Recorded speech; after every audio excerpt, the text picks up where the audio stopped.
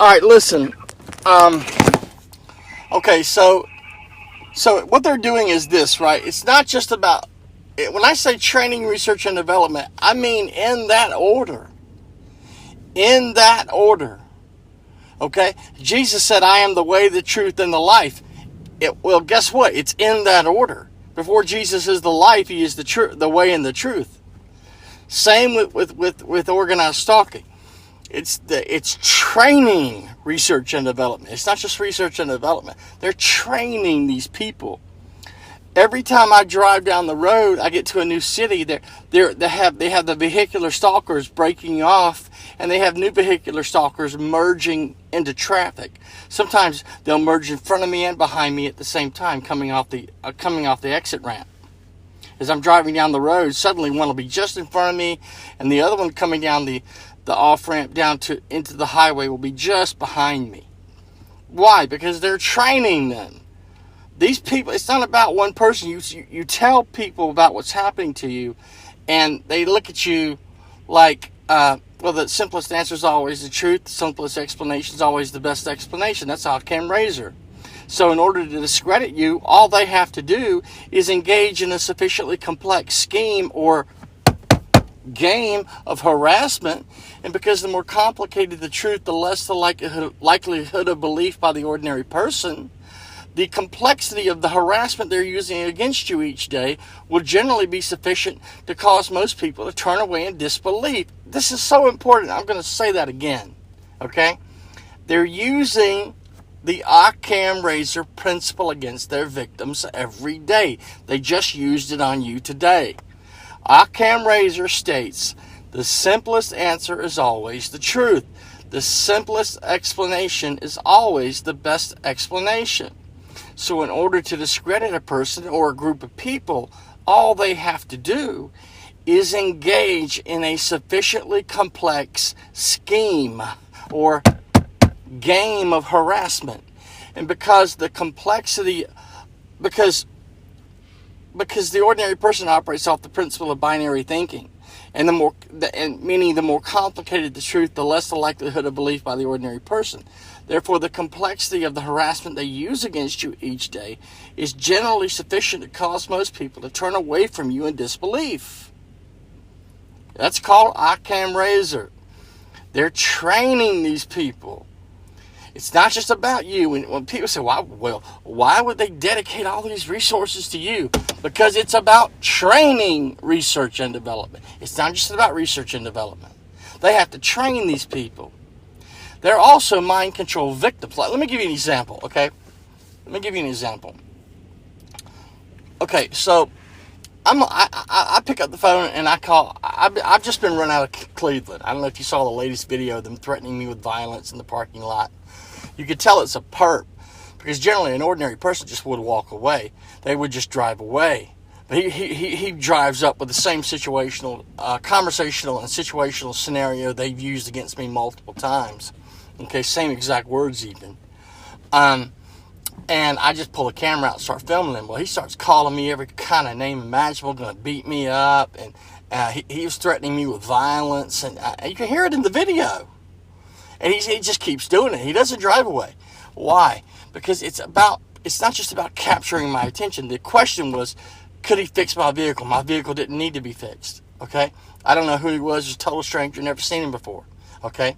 Talking about Occam Razor. Okay? So instead of just driving away like a normal person, he starts calling me over and over every vicious name imaginable. Okay?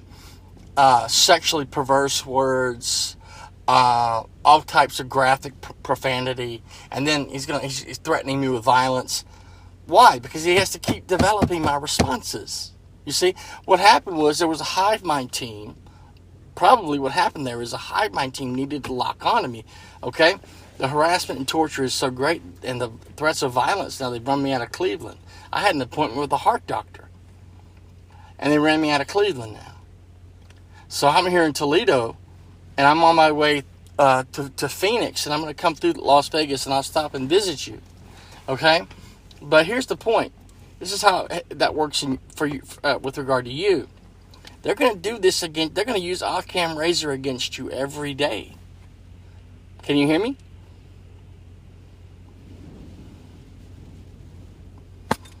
like they just did against me. Can you hear me? Yeah, I hear you. It just takes me a second to turn my phone on. Go ahead. Okay, so every single day they're going to use Occam Razor against you, because not only does it help to discredit you, the more trivial, paltry, fanciful, and fantastic their tactics they use against you each day, then by default, the more trivial, paltry, fanciful, and fantastic your complaints sound, that those trivial, paltry, fanciful, and fantastic tactics are happening each day. Occam Razor. Occam Razor Principle. Okay? So, here's another example. If you look on my Facebook page, you can see that incident in the parking lot. But there's another example. I pick up the phone and call Cleveland Clinic to make an appointment with a heart doctor. In the middle of the call, the call suddenly drops, and then the person that was on the other end of the phone calls me back. Says, I don't know what happened. Bear in mind, I'm recording that entire call. I've been through this so many times. Okay. She says, I don't know what happened. I don't know why the call dropped. Well, I know why the call dropped. She didn't. Okay, but I knew. The AI system needed to force a second response in order to verify my memory. You see, the first time there's no synaptic response. In other words, they need multiple responses from you in order to determine coherent patterns of thought. One response is never enough. So I needed to be forced to call back a second time and go through that same process all over again. Which, because the software she was using to make the appointment was tied to the phone call, it reset everything. So what was the AI system trying to do? Well, not just provoke me into emotional responses which can be remotely measured and integrated back into R&M data. It will do that to you every day. It was also seeking to route me into the hands of their perpetrators, of their provocateurs. You see? Now the AI system can reset the names of the doctors in real time as the appointment's being made. It can alter the names of the nurses, and it can make sure that I'm routed into the hands of their nurses and doctors, of the perpetrators that are in that hospital. Because not every doctor and nurse is involved. Okay? Why Medical COINTELPRO? Medical COINTELPRO is used for 1,000 different reasons, but is primarily used to prevent overlapping patterns of medical evidence from developing. The government cannot allow thousands of people across America to run into hospitals and clinics and emergency rooms complaining of the same symptoms. That would be irrefutable overlapping patterns of medical evidence and could not be denied. They have to stop that. They stop it using Medical COINTELPRO, counterintelligence program. Okay? So by forcing a second call, the system was able to hijack the appointments. And now it controls which doctor I went. It could alter the names of the doctors.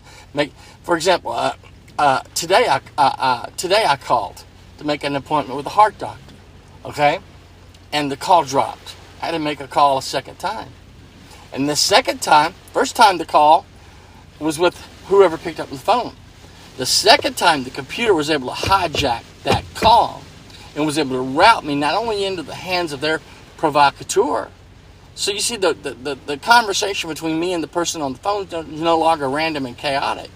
It's now controlled. I'm in a controlled environment on the phone because it's now able to route me, the person picking up the phone, because they have provocateurs in every department throughout the hospital, in every hospital. Okay, so by routing.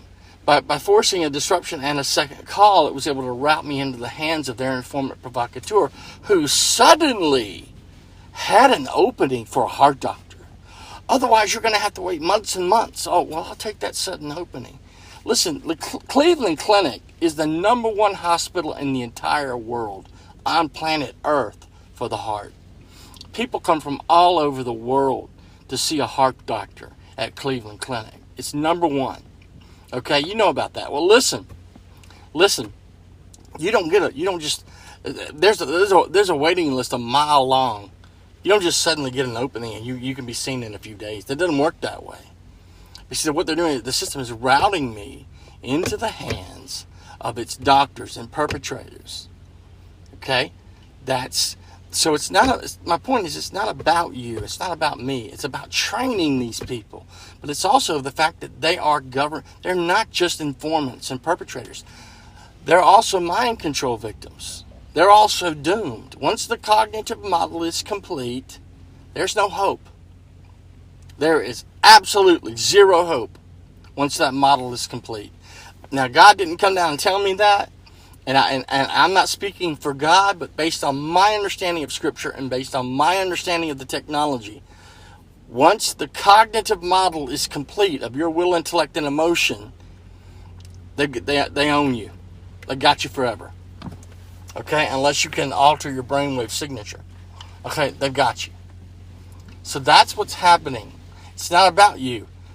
It's about training the people who are breaking into your house, into your home. Okay? It's the fact that they're also mind control victims, although they will never be told that. Okay?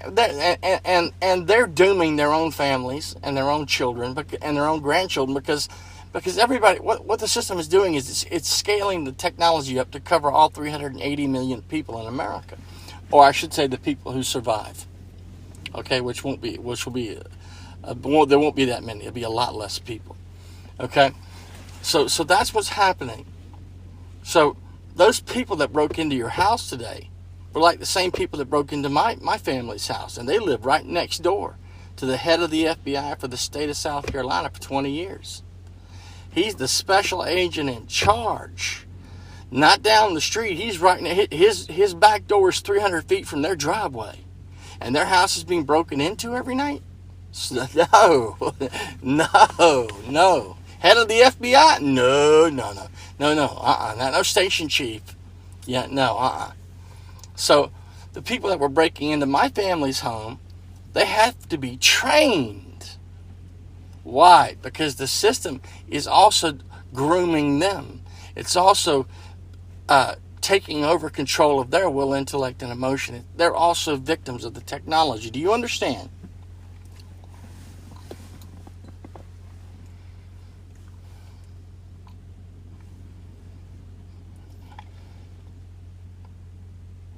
How do you keep them from...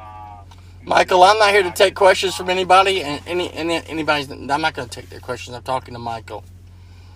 Do you understand, Michael? All right.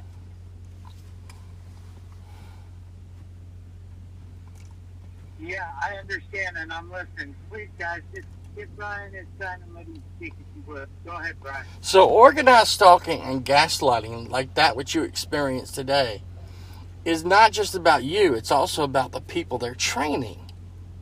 Okay? But let me give you an example of what I'm talking about. Okay, so I'm in Bangkok. I'm at the airport. And I'm getting ready. I'm literally standing at the departure gate inside the terminal for a plane headed to Beijing, China from Bangkok. I'm attacked with directed energy. I collapse and I fall on the floor. Ambulance comes and gets me inside the airport. They take me to a hospital in Bangkok. Okay? I'm routed into the hands of perpetrators and provocateurs in that hospital. I'm not just allowed to see. Okay, so suddenly my insurance company. Then bear in mind that the American government knows I'm on my way to China because I already bought the ticket. I was standing at the departure gate ready to board. The plane was already pulled up. Everybody was getting ready to board. That's why we were standing in line. So I missed that flight to China. American government knows I'm on my way to China. They want to stop me from getting to China. They want to stop me from seeking medical help in China. They knew that was the reason I was going, to get medical help in China. Well, the insurance company calls me and begins threatening me to cancel my medical insurance. They're trying to stop me from going to China. Okay, well, I'm not. It doesn't deter me. I still book another ticket, buy another ticket, and I head to China. I arrive in Beijing. I jump on I go to a hotel, then I go immediately to a hospital. I ask for help. Okay. The doctor, the cardiologist, examines me, tells the nurse to send me up to the 4th floor cardiology department immediately. These are Chinese doctors in a Chinese hospital in Beijing, China. Okay? The nurse comes in and tells me the doctor, the cardiologist, has ordered you taken to the 4th floor for further tests because of the attacks on your heart. Okay? She didn't know anything about directed energy or anything like that. I didn't tell her all that. She just knew I had a heart problem. She didn't know about the directed energy torture. So as soon as she walks out of the emergency room, I'm sitting on a gurney. They're getting ready to take me up to the 4th floor. Suddenly my phone rings. Guess who it is? It's the insurance company canceling my medical insurance on the spot. If you know anything about China, medical treatment in China for expats is extreme. It's as expensive as America. It's as expensive. So a stress test and all the other tests that they put me through left me with tens of thousands of dollars in bills I couldn't pay. In order to get medical treatment, I was forced to leave China. And to this day, I don't have medical insurance because of that. Okay? Now, why go through all of that? Because the people, they're not, because, let me give you one more example. Okay? My pastor in New Orleans, when I was working for FEMA in New Orleans as a contractor with the Federal Emergency Management Agency in 2005 through 2007, 2006, I was going to a church that was close by. Anyway, I don't remember the exact address. But I was sitting there in the office of the pastor. We were just having a conversation one day. And the pastor told me about a story about a incident that had happened with these people. Because remember, they're all part of these secret. A lot of them are members of secret societies and satanic cults, witches and covens and all that. Those people are used for training, research, and development because of their cryptic belief system. Their self-importance, their illusory pride. It makes it more easier to manipulate people who are already manipulated to begin with. He tells me a story about a woman, this beautiful black woman that had come to the church. She rode a bike all the way to the church. She didn't drive. She rode a bike. And he walked out of one of the buildings on the campus, and he saw there was a bicycle parked in front of the church. He walks in. The door should have been locked. Apparently, he thought he must have unlocked it, or she was able to get in. I don't know. So he walks inside the sanctuary, and there's this black lady, and she's running around naked inside the church. And that's how they do it. They defile the church by pissing and defecating and all of that. It's part of their occultic practice. They want to do all that kind of sick stuff. Okay, that's what witches do. Okay, and so he turns around. He wanted to confront her, but suddenly something said run. Well, he knew it was God. So he turned around and ran into the parking lot. But then he heard the same voice again, run. Even worse, and it wasn't the technology. It was actually God speaking to him, that still small voice. In other words, God was saying, you're still in danger. The parking lot is not far enough away. Keep running. So he heard the word run twice. So he turned around and started running even further, ran down the road, and he called other people, and they came to church, and she had left. But the point is, he was in the hospital months later thinking he'd never see that woman again. New Orleans is a big place. Lo and behold, months later, he's standing in the hospital. He walks down the corridor and to where the elevators are, and there's that woman. And guess what she's wearing? A nurse's uniform. She's an RN. You see, all these medical professionals involved in medical COINTELPRO, a lot of them are involved. Why would they be involved in satanic cults and secret societies? Because it's easier to manipulate people who are already manipulated. They have a cryptic belief system. They have a self-importance. They have an illusory pride. So it makes it easier to manipulate them. So it's not about you and me. It's about training all these people. You understand?